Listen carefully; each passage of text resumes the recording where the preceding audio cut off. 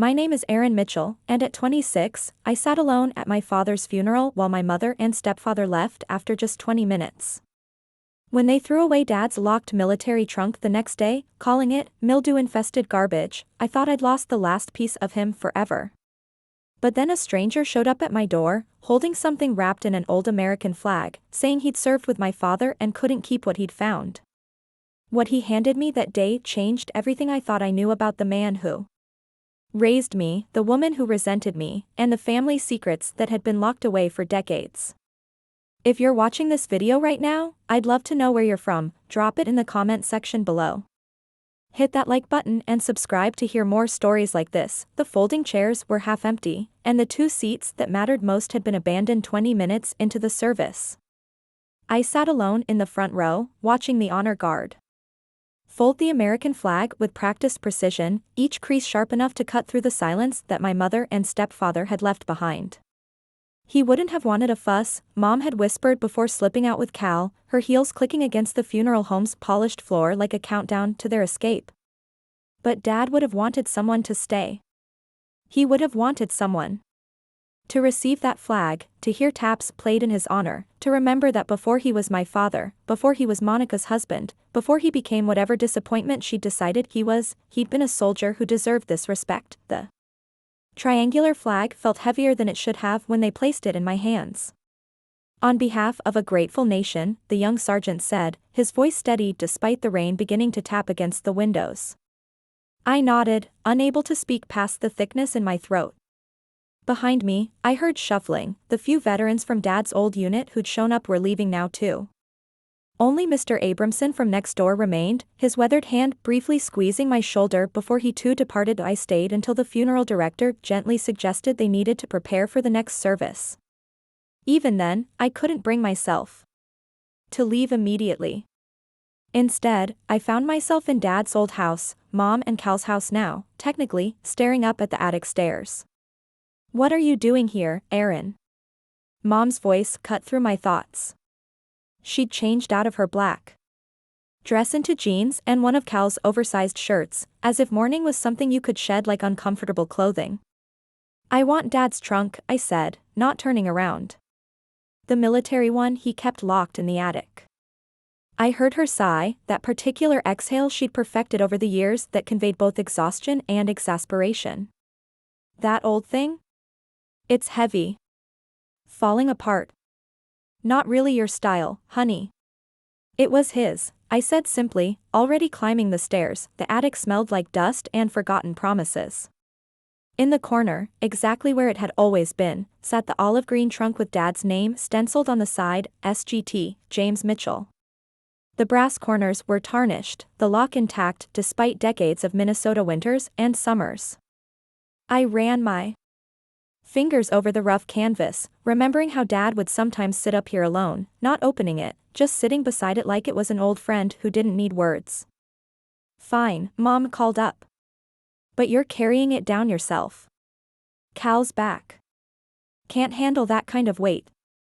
It took me 40 minutes and several breaks, but I managed to get it to my car. Mom watched from the doorway, arms crossed, that look on her face I'd seen so many times, like she was calculating the cost of something I'd never understand. The next morning, I woke to 3 missed calls and a voicemail that made my blood run cold. Cal's voice, casual as if discussing lawn maintenance, we're clearing the house today. If you want any of your dad's junk, better come get it now. Otherwise, it's gone. Waste management comes at noon. My hands shook as I tried calling back. No answer. I threw on yesterday's clothes, didn't brush my teeth, just grabbed my keys and drove the 15 minutes to the house in 12. The garage door was open. Empty. The usual clutter of Dad's workshop, his tools, his fishing gear, the workbench where he taught me to change oil and check tire pressure, all gone. I ran inside, taking the stairs 2 at a time. The attic door hung open. Bare floorboards stared back at me where boxes of Christmas decorations, old photo albums, and Dad's service memorabilia had lived my entire life. Where is it? I couldn't breathe. Where's the trunk? Mom appeared in the doorway, coffee mug in hand. The old army box? Cal threw it out this morning. Said it reeked of mildew. Honestly, Erin, it was time. We can't live in the past forever. That was Dad's, I whispered, then louder, that was Dad's. It was locked for a reason. She shrugged, taking a sip of coffee. Locked doors and locked boxes. Your father loved his secrets, didn't he? Maybe if you knew the full story, you wouldn't worship him like some kind of saint. What story? My voice cracked. What are you talking about? Nothing. Forget it. She turned away, but I grabbed her arm. Monica, what story? She yanked free, coffee sloshing. The story where your perfect father wasn't so perfect. The story where that trunk held nothing but reminders of everything he chose over us. Over me. Her eyes were hard, decades of resentment crystallized in that stare.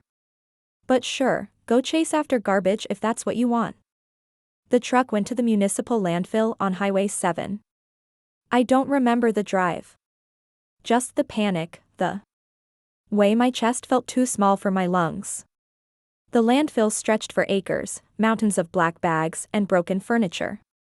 I found a worker, grabbed his fluorescent vest before he could protest. Please, I gasped. An old military trunk. Green. Canvas. It came in this morning. He scratched his head, clearly uncomfortable with my desperation. Lady, we get hundreds of loads a day, please. It was my father's. He just died. They threw it away by mistake. Something in my face must have moved him. He sighed, pulled out a worn notebook. Army trunk? Yeah, actually. Saw some homeless guy dragging it out of Pile 7 about an hour ago. Figured it wasn't worth stopping him. Sorry, lady. I sat in my car in the landfill parking lot for an hour, just staring at nothing. The rain from yesterday had returned, drops hitting the windshield like accusations. Dad was gone. The trunk was gone. The last piece of him that Mom and Cal couldn't rewrite or dismiss, gone that night. I couldn't sleep. I scrolled through my phone, finding every photo of Dad I'd saved. There was one from last 4th of July, him sitting on the porch with that distant look he'd get sometimes. In the background, barely visible, was the corner of the trunk through the attic window. He'd been up there that morning, I remembered now. Cal had made some joke about Dad and his secret treasure, and Dad had just smiled that sad smile and changed the subject. 3 days passed in a blur of work. I called in sick and sleepless nights. I'd started writing down everything I could remember about Dad, afraid that without the trunk, without something tangible, I'd lose him entirely.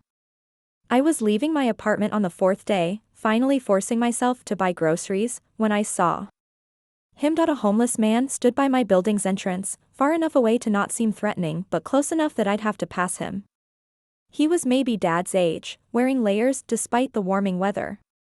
His posture caught my attention, straight-backed, shoulders squared. Military, I thought automatically. Dad had taught me to recognize it. He was holding something wrapped in faded fabric.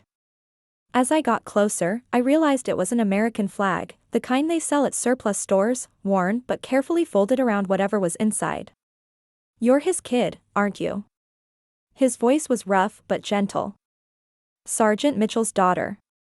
I stopped, keys clutched between my fingers. How did you? I saw you at the funeral, he said quietly. Sitting alone in the front row while those two walked out. He shifted the bundle in his arms. I served with your father. 3rd Infantry, Fort Stewart. He saved my life back when no one else cared to. I don't remember you, I said carefully. You wouldn't. Last time you saw me, you were maybe 5. Had pigtails. A ghost of a smile crossed his weathered face. I'm Walter. Walter Danes. Your dad, he helped me through some rough times after we got back. More than rough. He saved me more than once. Walter took a step closer, and I could see his eyes were bright with unshed tears. He gently set the wrapped parcel on the ground between us. I couldn't keep it. Not once I realized whose it was. With shaking hands, I unfolded the flag. Inside was a wooden box, maybe a foot long, 8 inches wide. Oak, with brass hinges. I recognized it immediately, it had been inside Dad's trunk.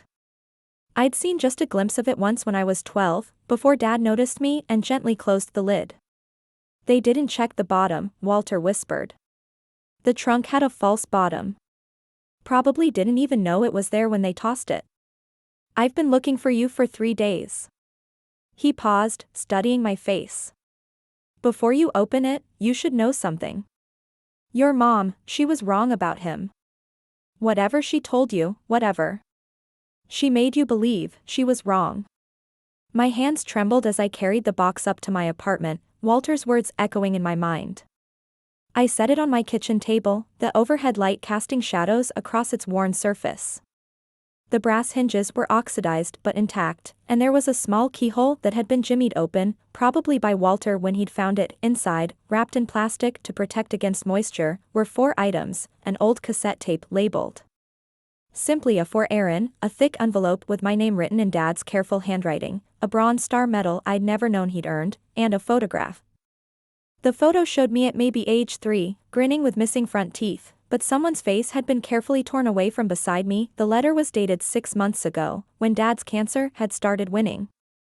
His handwriting, usually so precise, showed tremor in places. And my dearest Erin, if you're reading this, it means they finally got rid of the only part of me left. I'm sorry, I couldn't stop them. I knew Monica had been eyeing that trunk for years, knew Cal saw it as just taking up space. But I also knew that one day, you'd need to know the truth, not Monica's version, not the story she's built to justify her resentments, but the actual truth. I wasn't a perfect man. I want you to know that first. I made mistakes, carried guilt. Failed people I loved. But loving you was never one of those failures, even when it might have seemed like I was absent, like I was lost in my own head. You were my anchor, Erin. The reason I got up on the days when the weight of everything felt unbearable. The man who will have given you this box is Walter Danes. We served together, yes, but more than that, he became my brother in the aftermath. When he came back broken, when his family couldn't handle what the war had done to him, when he ended up on the streets, I couldn't turn away.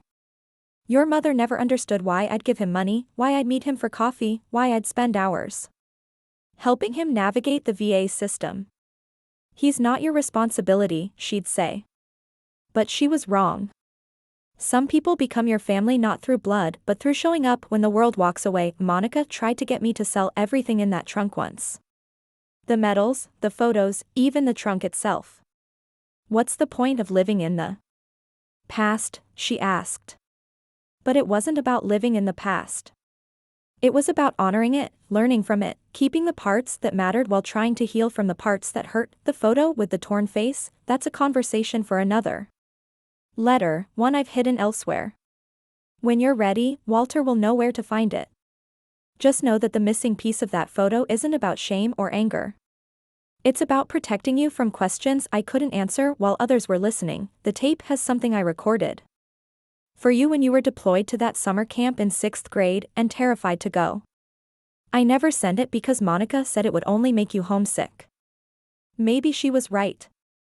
But I kept it because those 2 weeks when you were gone were some of the hardest I'd faced since coming home from Iraq. It made me realize how much of my stability came from being your father. I love you beyond words, beyond time, beyond whatever comes next. Dottie had to read it 3 times before the words stopped blurring. Then I remembered the cassette tape. My neighbor, Mrs. Chan, collected vintage electronics. She lent me an old Walkman, smiling kindly at my red eyes without asking questions. That Dad's voice filled my earbuds, younger, lighter than I remembered. Hey, baby girl. It's Tuesday night. You've been gone 3 days and the house is too quiet. Your mom says I'm being ridiculous, recording this, but I wanted you to have something, just in case you need to hear a familiar voice. There was a pause. Then he cleared his throat. So I thought I'd tell you about the time Grandpa took me camping and we got so lost, the park rangers had to come find us. See, Grandpa was convinced he could navigate by the stars, except he was looking at airplane lights. The story went on for 20 minutes, then he sang the lullaby he'd hummed when I was sick, something his own mother had sung to him. His voice cracked twice, but he kept going. At the end, barely a whisper, "I know you're brave, Erin. Braver than I ever was. But if you need to come home, that's brave too. Love you to the moon and back, baby girl." I sobbed until my ribs ached. The next morning, I drove to Mom and Cal's house.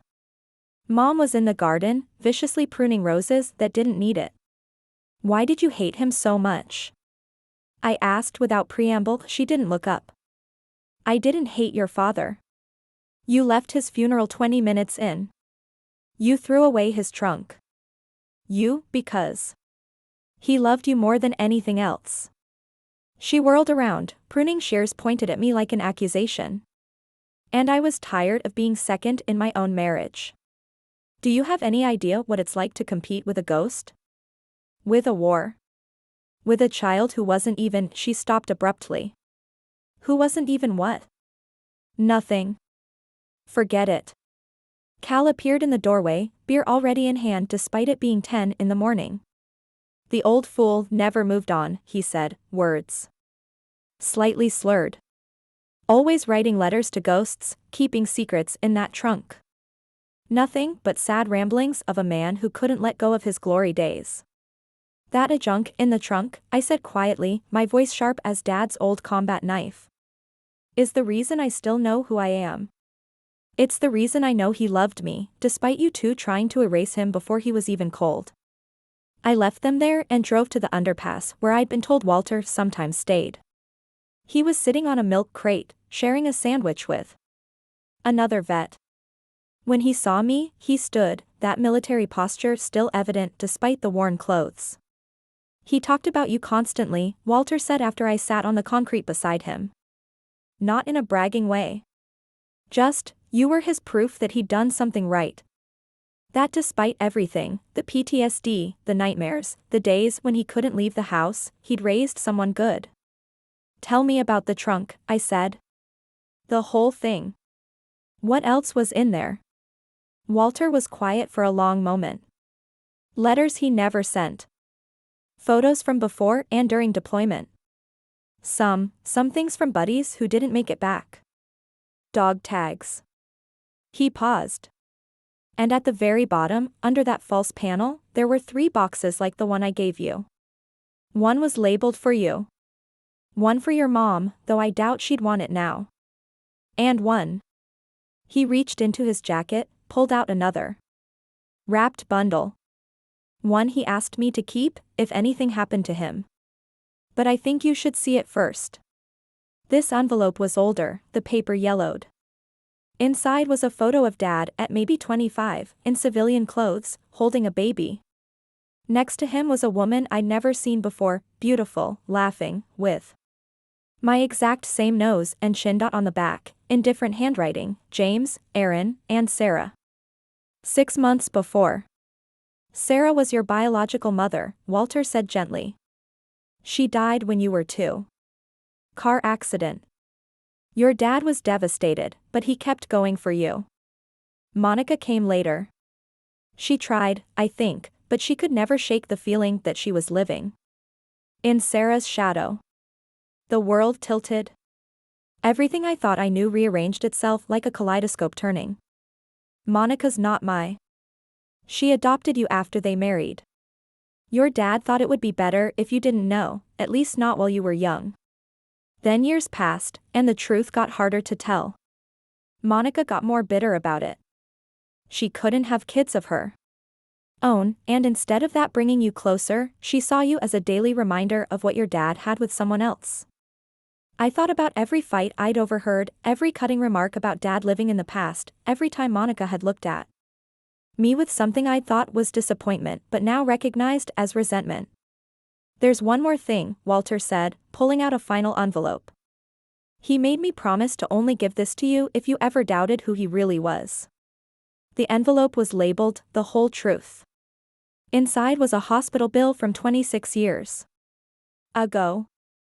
The dates didn't match anything Monica had ever told me about my birth. The hospital was in Georgia, not Minnesota. And the attending physician had made a note: patient Sarah Mitchell died at 0243. Infant transferred to father's custody. My entire life had been built on a careful architecture of omissions. The hospital in Columbus, Georgia, looked different than in the faded photo, modernized, expanded, glass where brick used to be. But the records department was still in the basement, still smelled like old paper and industrial cleaning solution. The clerk, a woman named Dolores with kind eyes and infinite patience, helped me navigate the system to request archived records. 26 years ago, you said? And you have the death certificate? She typed carefully, her acrylic nails clicking on the keyboard. Oh, honey. Says here there was a special circumstance note. Let me get my supervisor. The supervisor, a man who looked like he'd been working there since the hospital opened, reviewed my documents. You're the infant from this record? Erin Mitchell. Yes. He disappeared into a back room, returning with a manila folder that had seen better days. These were supposed to be digitized years ago, but somehow never made it. Small mercy, perhaps. Some things need to be handed over in person. The records were more complete than I'd expected. Sarah Elizabeth Connor, 24 years old. Married to James Mitchell 16 months prior. Complications from a congenital heart condition exacerbated by childbirth. She'd held on for 18 months after I was born, through 2 surgeries and countless treatments. The final admission showed Dad had been there for 6 straight days, never leaving her side. There was a social worker's note: father shows remarkable dedication to infant despite circumstances. Refuses family assistance, states he and child will be fine, we have each other. Recommended grief counseling. Father declined. I sat in my car afterward, staring at these papers that rewrote my entire history. Then I drove to Monica's house. She was alone, Cal's truck wasn't in the driveway. When she opened the door, I held up the hospital records. Her face went pale, then red, then something like resigned. Come in, she said quietly. We sat at the kitchen table where I'd eaten thousands of meals, where I'd done homework, where Dad had taught me to play chess. Monica made tea, her hands shaking slightly.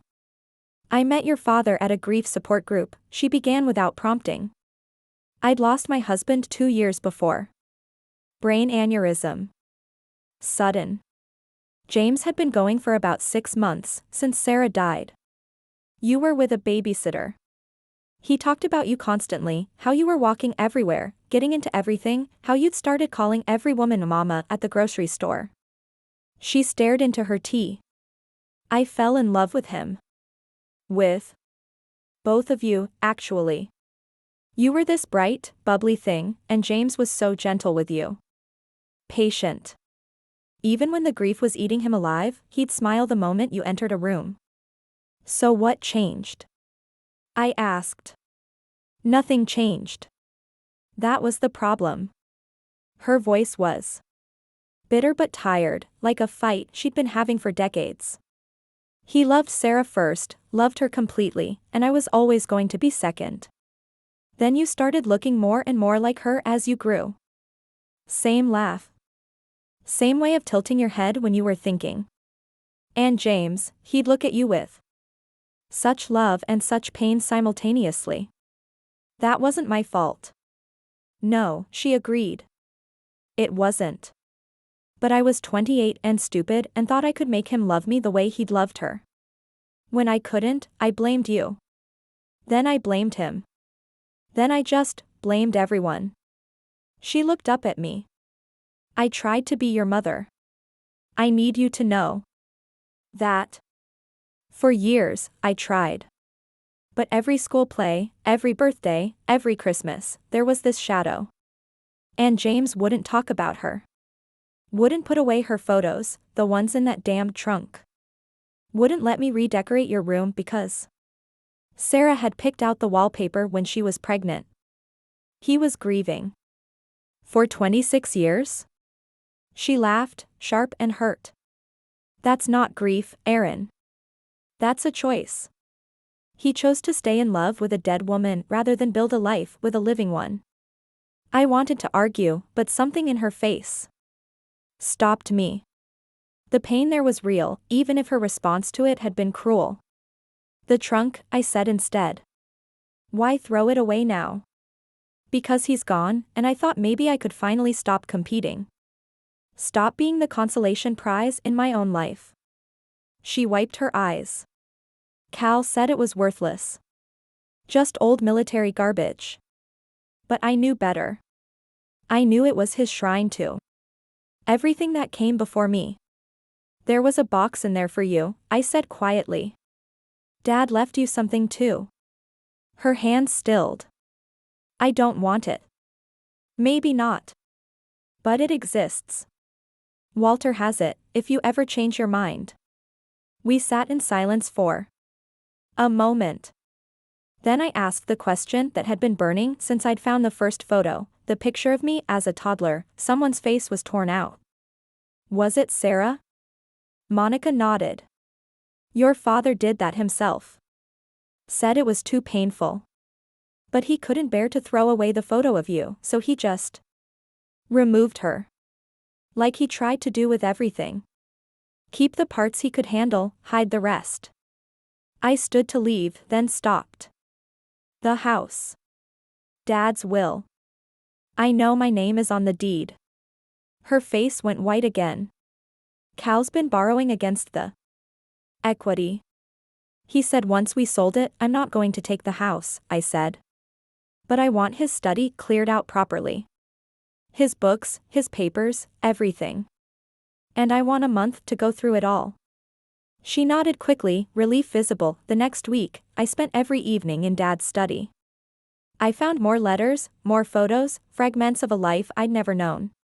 In a hidden compartment in his desk, Dad and his hidden compartments, I found a journal from my first 3 years. Every milestone, every word, every fever and scraped knee documented with the precision of someone terrified of forgetting anything. The last entry was from the day before he married Monica. Erin asked where Mama went. I told her Mama became the stars so she could watch over us better. She said that was silly because stars can't give hugs. I had no answer for that. Monica tries to hug her, but Erin just goes stiff, like she knows something's off. Maybe kids always know. Maybe we're the ones who forget how to tell the difference between what's real and what we're settling for. I also found Walter's military records, newspaper clippings about his service, about his struggles after coming home. Dad had kept every article, every VA form he'd helped Walter fill out, every receipt for meals he'd bought him. In the margins of one article about homeless veterans, Dad had written, "There but for the grace of God and baby girls' laughter go I." I tried to find Walter again to show him, but he'd vanished from his usual spots. Another homeless vet said someone from the VA had come by, that Walter had finally agreed to go into transitional housing. About time, the man said. Walt's a good guy. Deserved better than this. A week later, a package arrived at my apartment. No return address, but I recognized Walter's careful printing.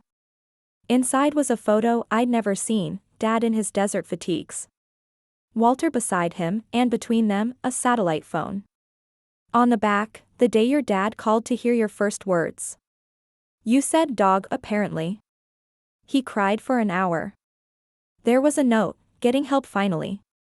Real help. Your dad would say it's about time. The address below is where I'll be for the next few months if you want to write. Thank you for looking for the truth instead of accepting the easy story. That's your dad and you. The best parts of him. The last thing in the package was another small box, this one with my mother's, Sarah's, name on it. Inside were her letters to Dad during deployment, ultrasound photos of me, and a baby name list where Erin was circled with a note, Irish for peace. May she bring you home safe. At the bottom was a CD, labeled in Dad's handwriting, Sarah singing to Erin, 3 months old. I didn't have a CD player, but Mrs. Chen did. We sat in her living room as a voice I'd never consciously heard but somehow recognized in my bones sang a lullaby. The same one Dad had hummed. Halfway through, you could hear a baby Mia gurgling happily. Then Dad's voice, young and unbroken, "That's right, baby girl. That's your mama. Prettiest voice in Georgia."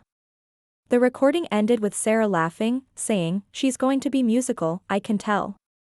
Look at her try to sing along." Dad's response, "Just like her mama. Perfect, just like her mama." I sat in Mrs. Chen's living room and cried while she held my hand and said nothing, which was exactly right. That night, I made a decision. I called my lawyer and told him I wanted to offer Monica and Cal a deal. They could have the house free and clear if they agreed to 2 conditions. First, a room at the VA transitional housing would be paid for a year in Dad's name, ensuring Walter had somewhere safe. Second, the contents of Dad's study would be donated to the local military history museum, with a plaque reading, "From the collection of Sergeant James Mitchell, who served with honor and loved without reservation." Monica agreed immediately. Cal grumbled but had no choice. The day before the house officially transferred, I stood in Dad's empty study one last time. The walls showed pale rectangles where pictures had hung, the carpet indented where his desk had sat for 20 years. I placed a single photo on the windowsill, the one of him, Sarah, and baby me, faces all intact, all together. "I found her, Dad," I whispered.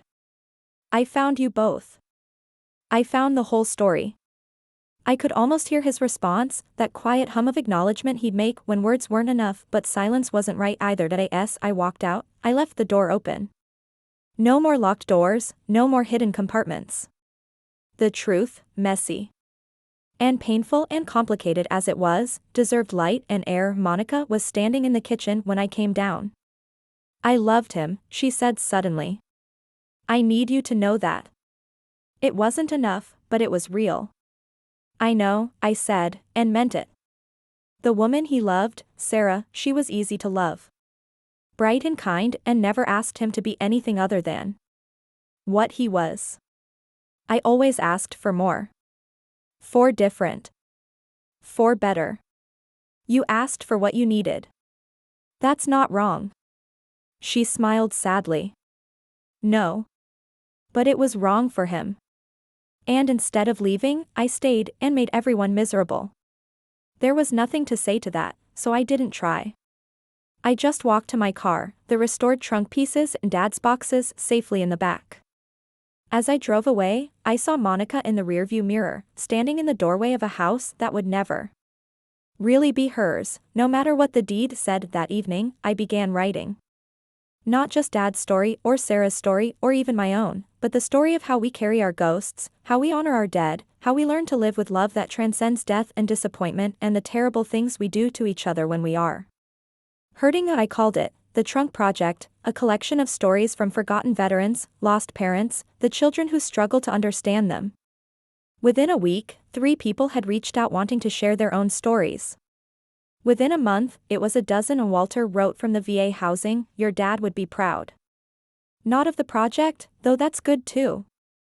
But of you choosing to understand. Instead of just judge. That's harder than being angry." He knew that better than most. The first story I recorded, sitting in my apartment with the cassette player Mrs. Chen had given me, was my own. I started with the funeral, with the empty chairs, with the flag that weighed more than it should. But I also talked about the love that survived abandonment, the truth that survived burial, the connections that refuse to break even when everything else falls apart. "My name is Erin Mitchell," I began. "My father was a soldier who saved lives in Iraq and continued saving them when he came home. My mother was Sarah, who loved me for 18 months with a broken heart that refused to quit. My other mother is Monica, who tried to love a man who was already spoken for by ghosts. This is our story. All of our stories. The parts we hide and the parts we honor and the parts that refuse to stay buried, no matter how deep we dig the hole." Outside, a cardinal landed on my windowsill, Sarah's favorite bird, according to a note I'd found. Dad's favorite too, after she died. It sang twice, bright and clear, then flew away. I kept recording. The coffee shop on Hennepin Avenue was nearly empty when Monica burst through the door, her face flushed with rage. I'd chosen a public place deliberately. Witnesses tend to keep people civil. But Monica was past caring about appearances. You're seriously going to sue your own mother? She slammed the legal notice onto the table, making my latte jump. You made that decision when you sold off Dad's life like garbage, I said, keeping my voice steady despite my racing heart. That house is all Cal and I have left. You'd really make us homeless over some petty revenge? This isn't revenge. It's justice. There's a difference. She leaned in close, her perfume sharp and aggressive. Your father left me with nothing but debt and ghosts. That house is the only thing worth anything, and you want to take that too. Dad's will says differently. Your father wasn't in his right mind those last months. The cancer, the medications, stop. I pulled out my phone. Showed her a video. It was Dad, 3 months before he died, sitting with Mr. Abramson and a notary. His voice was clear, determined. I want to ensure my daughter Erin retains her interest in the family home. She'll know what to do with it better than anyone. Monica went white. Where did you get that? Mr. Abramson. Turns out Dad asked him to witness and record it, just in case anyone questioned his mental capacity. I put the phone away. I'm not trying to hurt you, Monica. But I won't let you and Cal erase him completely. That evening, Cal was waiting by my car. The parking garage was dim, empty except for us. He leaned against my driver's door, trying for casual intimidation but achieving only middle-aged desperation. You think you're smart, he said, not quite slurring but close. That trunk didn't just have medals, girl. It had receipts. Things you don't want getting out. Like what? I kept my hand on my phone, ready to dial 911. Like how your daddy wasn't the hero you think. Like how he covered up things in Iraq. Like how that friend of his, Walter, isn't just some charity case. I almost laughed. You're trying to blackmail me with made-up stories about a dead man? His face darkened. Made up? Your father sent money to Walter every month for 15 years. Ask yourself why. Ask yourself what Walter had on him. He helped a brother veteran who was struggling. That's called honor, Cal. I wouldn't expect you to understand. He pushed off my car, stumbled slightly. We're drowning, you stupid girl. I used his pension to invest in a sure thing that went belly up. The house is all we have. You stole his pension. Invested. Monica signed the papers. She's got power of attorney. He smiled ugly. Or had. Before he died. We're being investigated now, thanks to you stirring things up. I recorded the whole conversation on my phone. My lawyer, Mr. Brennan, was thrilled when I played it for him the next morning. This changes things significantly, he said, adjusting his glasses. Fraud, elder abuse, theft. Your stepmother and her husband are looking at criminal charges, not just civil. I don't want Monica in jail, I said, surprising myself. She was wrong, but she was also trapped in a marriage with a man who couldn't love her fully. That's punishment enough. And Cal can rot. Mr. Brennan also had news about the will. Your father updated it 6 months before his death. Filed it properly, witnesses and all. He left you not just partial ownership but controlling interest, 51%. He also left detailed instructions about why. He handed me a letter. Sealed and labeled for the court, if necessary. Dad's letter outlined Monica's increasing hostility, Cal's financial manipulation, and his fears about what would happen to his legacy after his death. He documented conversations, dates, times. The soldier in him had kept meticulous records. There's one more thing, Mr. Brennan said. A neighbor, Mr. Abramson, provided a sworn affidavit. Says he witnessed several instances of your stepmother and her husband discussing selling the house while your father was in the hospital, before he'd even passed. I thought about Dad in that hospital bed, knowing they were already dividing his assets, and felt fresh grief pierce through me. 2 days later, Monica showed up at my apartment. She'd been crying, her usually perfect makeup streaked and smudged. "We're drowning, Erin. Cal's business partners are threatening him. The investigation found discrepancies going back 2 years. We could lose everything." "You already lost everything." "That mattered," I said. "Please. I know I wasn't a good mother to you. I know I failed James. But I'm 63 years old. I can't start over." I studied her, this woman who'd raised me reluctantly, who'd resented me for existing, who'd thrown away my father's memory like trash. But I also saw the woman who'd made my school lunches for 12 years, who'd come to my college graduation. Who'd tried, in her broken way, to create a family from fragments. "I'll offer you a buyout," I said finally. "Enough to get a small apartment, pay off Cal's debts, start fresh. But there are conditions." "Anything." "First, Cal gets nothing. The divorce papers get filed this week. Second, you donate Dad's service medals to the Veterans Museum, in his name. Third, you write a letter, honest, complete, about Sarah.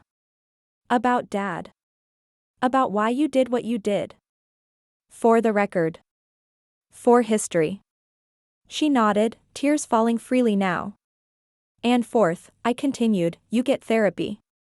Real therapy. Deal with your anger, your grief, whatever poisoned you all these years." "Why?" she whispered. "Why would you help me after everything?" "Because Dad would want me to. Because holding on to anger is what destroyed you, and I won't let it destroy me." The next week, I returned to the house with legal supervision. Monica watched from the kitchen as I packed Dad's remaining belongings. His dress uniform, cleaned and pressed. Photos from a footlocker in the basement she and Cal had missed. His old cassette player with a box of tapes, recordings of me as a child, of Sarah singing, of his own thoughts dictated late at night when insomnia won in his closet. Behind a panel I only knew about because Dad had shown me once when I was 7, our secret hiding spot. "Baby girl," I found one last item, Sarah's wedding ring and a note, "For Erin, when she's ready to know about the love that made her." Monica stood in the doorway. "I never knew about that spot." "No," I said simply. "You wouldn't have." Cal was nowhere to be seen, already fled to his brother's house in Wisconsin, according to neighbors, before I left. I stood in the empty living room where Dad had taught me to dance standing on his feet, where he'd read me stories, where he'd sat during those last months, getting thinner and quieter but never losing the soft smile when he looked at me. "I got it, Dad," I whispered to the walls. "I found the truth. You weren't forgotten." The house sold 2 months later. Monica took her buyout and moved to a senior community in Bloomington. She sent me a letter, the one I'd requested. It was 12 pages of painful honesty, self-recrimination, and surprising insight. She ended with, "I loved your father. I hated that he couldn't love me back the same way. I turned that hate outward instead of dealing with it inward. You deserved better. So did he." My new apartment was smaller than the old one, but it faced Loring Park and got morning sun. I'd used part of the house sale proceeds to pay for it outright, no mortgage, no ties to anyone. The military trunk, pieced back together with Walter's help and a furniture restorer's patience, sat at the foot of my bed. Some nights, I'd sit beside it like Dad used to, not opening it, just being near it. I took a part-time job at the Minnesota Military Museum, cataloging stories and artifacts. The pay was modest, but the work felt like purpose. In the evenings, I volunteered at Liberty House, a shelter for homeless veterans. That's where I was when someone called my name. "Erin Mitchell?" I turned to find a woman my mother's age, Sarah's age, had she lived. She wore a volunteer badge and a gentle smile. "I'm Patricia Connor. I was Sarah's cousin." The world tilted again, that familiar feeling of history reshaping itself. We sat in the shelter's small office, cups of bitter coffee between us. "I've been looking for you for years," Patricia said. "After Sarah died, your father cut ties with her family. We understood, the grief was too much. But I always wondered about you." She pulled out a photo album, worn and cherished. There was Sarah as a child, a teenager, a young woman. There was one of her and Dad at their wedding, both glowing with that particular light of new love. And there were dozens of me as a baby, photos I'd never seen. "Sarah sent these before she died," Patricia explained.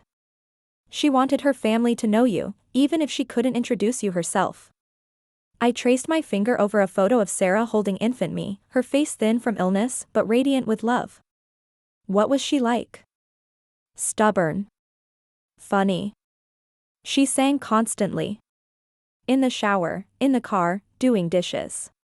She loved your father with a ferocity that scared us sometimes. When she got sick, she fought harder than the doctors thought possible. 18 months, they said, was a miracle. She called it stubbornness. Patricia became a regular part of my life after that. She'd bring photos, stories, recipes Sarah had loved.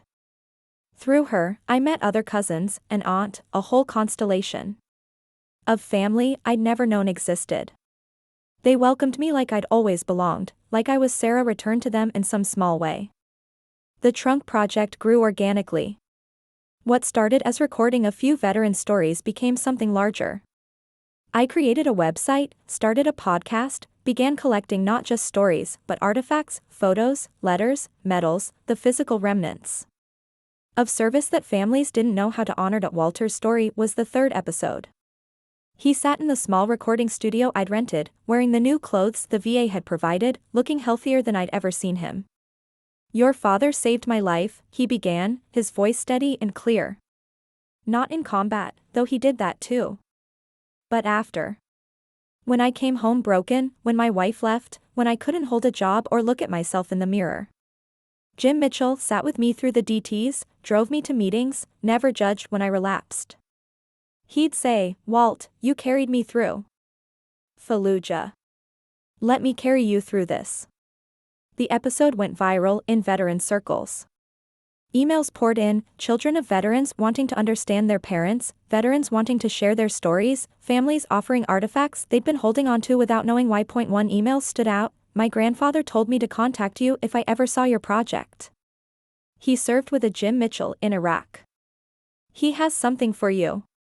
The grandson, Marcus, was 17. His grandfather, Eddie Torino, was in hospice care but alert. When I visited, he grabbed my hand with surprising strength. "Your old man was the best of us," Eddie wheezed. "Need you to know something. That money he sent Walter wasn't guilt. Wasn't blackmail like that son of a bitch Cal suggested. Your dad took responsibility for Walter because Walt took a bullet meant for him. Never told anyone, Walter didn't. Too proud. But your dad knew what that kind of debt meant." He had his grandson pull out a small box. Inside was a photo of Dad and Walter on a dusty road, arms around each other's shoulders, and a bronze star. "This was your dad's," Eddie said. "He gave it to me when my boy was killed. Said it would mean more to a grieving father than sitting in a trunk. I kept it safe. Time it went home. I added it to the trunk, another piece of Dad returned. 6 months into the project, a publisher reached out. "These stories need a wider audience," she said. "Let us help you share them." The book took a year to compile. Each story was verified, contextualized, treated with the reverence it deserved. I titled it, "What We Carry, Stories from the Trunk." The dedication read, "To my father, who was more than a soldier. To Walter, who returned more than a box. To Sarah, who loved fiercely and briefly. To Monica, who tried and failed and tried again. And to everyone whose stories were buried, but never lost." Walter's health began declining just as the book went to print. The years on the streets had taken their toll, despite the VA's best efforts. I visited him daily in the hospice ward, reading him chapters, sharing emails from people moved by his story. "I thought I'd die forgotten," he said one afternoon, his voice barely a whisper. "Just another homeless vet. But now I'm in a book. My name means something again." "Your name always meant something," I said, holding his hand. "Dad made sure of that." Walter passed on a Tuesday morning in March. 5 people attended his funeral, should have been less, but word had spread through the veteran community. By the time we reached the cemetery, there were 50 veterans in various uniforms, standing at attention as Walter was buried with full military honors. I placed a copy of the book in his casket, bookmarked to his chapter. On the flyleaf, I'd written, "You came back when no one else did. Thank you, Erin." The book launched to modest but meaningful success. It wasn't a bestseller, but it found its audience, the children of veterans, the families trying to understand, the veterans themselves seeing their experiences validated. The AT readings, someone would always approach afterward with their own trunk, their own hidden artifacts. "We didn't know what to do with these," they'd say. "Dad never talked about the war. Mom just kept everything locked away." I started workshops, opening the trunk, teaching families how to preserve, honor, and understand military artifacts and the stories they held. Museums began requesting loans from the collection. Schools invited me to speak. One evening, after a particularly emotional workshop where a daughter discovered her mother had been a nurse in Vietnam, I found Monica in the audience. She looked older, softer somehow. "I heard about the book," she said. "About what you're doing. How are you?" I asked, surprising myself by meaning it. "Better. Therapy helps. Living alone helps. Not being angry all the time helps more." She paused. I read the book. The dedication. "Thank you for including me, even after everything. You were part of the story. Not the villain you made yourself into, just a person who got lost in someone else's grief." She nodded, tears threatening. "I have something for you."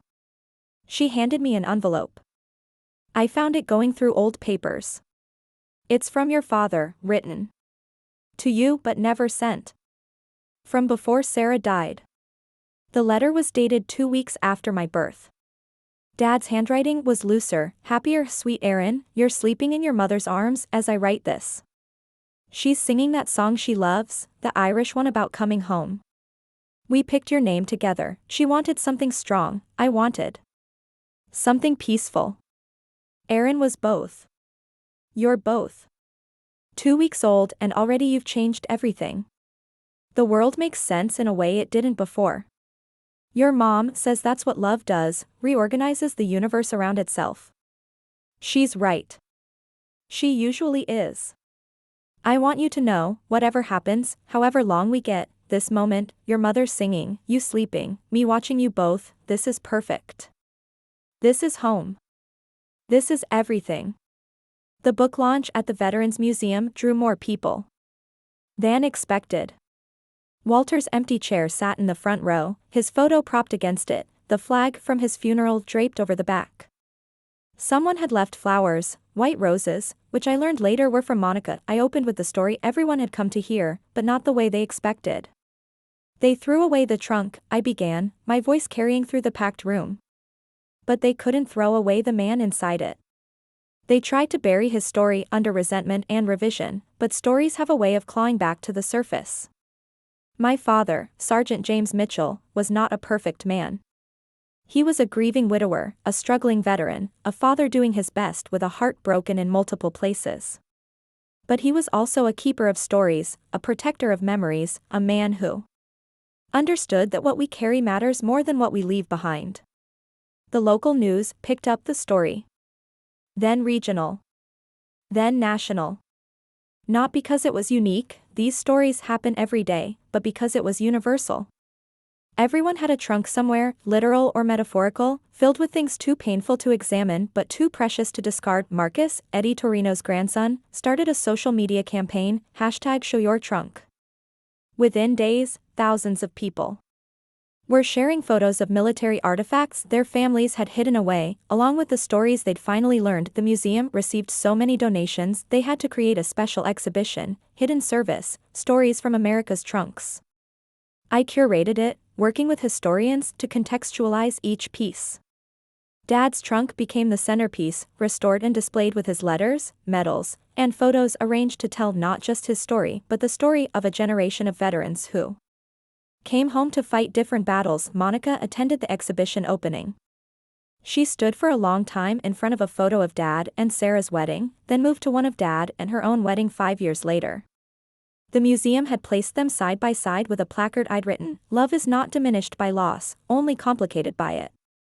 James Mitchell loved twice, grieved always, and found meaning in the balance between memory and moving forward.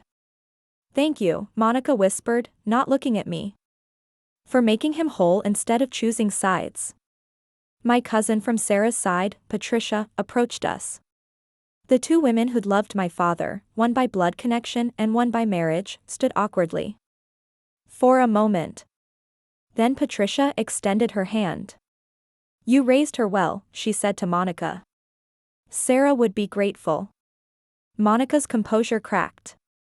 "I tried. I failed a lot, but I tried." "That's all any of us do," Patricia said gently. The exhibition ran for 6 months and traveled to 12 cities. At each stop, new stories emerged. In Chicago, a woman brought her grandmother's WAC uniform, hidden in a closet for 40 years. In Seattle, a man discovered his father's conscientious objector papers and the psychiatric evaluations that followed. In Miami, 3 siblings finally opened their mother's footlocker to find she'd been a codebreaker, sworn to secrecy even after the war. The publisher wanted a second book. I was considering it when I got a call from an unexpected source, a Hollywood producer. "We want to option your story for a limited series," she said. "Not dramatized, not sensationalized. The real thing. The complicated, painful, beautiful truth of it." I thought about Dad, how he'd hate the attention but love that Walter's story would be told. I thought about Sarah, forever young in those photos, whose voice deserved to be heard. I thought about Monica, who'd agreed to be interviewed, to own her part in the story. "On one condition," I said. "The proceeds go to establishing transitional housing for homeless veterans. Call it the Mitchell-Danes House." The series filmed over 3 months. They cast an unknown actress who looked startlingly like the photos of Sarah. The actor playing Dad had the same quiet intensity, the same way of holding grief in his shoulders. Watching the dailies was like seeing ghosts made flesh. Monica visited the set once. She watched them film the scene where she and Dad met at the grief counseling group. The actress playing her captured something I'd never seen, the hope she must have felt then, before it curdled into resentment. "I really did love him," she said quietly. "I just didn't know how to love what he loved." The series aired to critical acclaim and modest ratings. But the impact was larger than numbers. Veterans organizations reported increased requests for help. Families started talking about their own hidden histories. Museums saw upticks in donations of military artifacts. I kept the original trunk in my apartment, but I added to it Walter's final letter, Patricia's photos of Sarah, even Monica's 12-page confession. It became not just Dad's trunk but our trunk, a repository of complicated love and imperfect people trying to honor what mattered. One morning, a package arrived with no return address. Inside was a small leather journal, water-damaged and worn. The first page had Dad's handwriting, "For Erin, when she's ready to carry her own stories." The rest was blank. I sat at my desk, picked up a pen, and began. "My name is Erin Mitchell. I am the daughter of James, who served with honor and loved with complications. I am the daughter of Sarah, who sang through heartbreak and fought for 18 extra months. I am the daughter of Monica, who tried to mother a ghost and lost herself in the process. This is what I carry." The doorbell interrupted me. A young woman stood outside, holding a battered army duffel bag. "I'm sorry to bother you," she said. "But my grandmother just died. She was a nurse in Afghanistan." We found this bag, and inside was a note that said if we didn't know what to do with her things, we should find you. That you'd understand. I invited her in, made tea, and listened to another story that had been waiting to be told. Later, after she left, I returned to the journal and added, "This is what I carry, the understanding that every trunk holds a universe. Every artifact tells multiple truths, and every story we save saves someone else in return." Outside, it began to rain, the kind of gentle spring rain that makes everything grow. I thought about Dad, about Sarah, about Walter, about all the trunks still hidden in attics and basements, waiting for someone brave enough to open them. The phone rang. Another family, another trunk, another story refusing to stay buried. "Tell me," I said, settling in to listen. "Tell me what you found."